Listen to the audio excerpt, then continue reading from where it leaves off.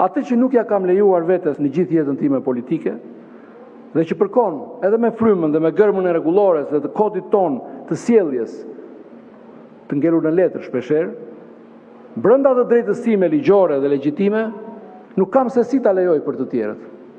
Në jetën time politike, unë nuk kam denigruar askënd. Nga kjo foltore nuk kam sulmuar personalisht askënd. Nuk kam thyer, nuk kam shpifur, nuk kam përdorur emra familjarësh apo individësh, nuk kam shkelur mbi personalitetin e askujt. Edhe e dini, kam drejtuar 13 fushata politike dhe kam fituar 13 herë. Sepse e besoj që suksesi në politik nuk e ka kusht denigrimin. Nëse kërkoni një lloj tjetër personaliteti, ky nuk jam unë. Dhe sot keni mundësinë të votoni pro shkarkimit.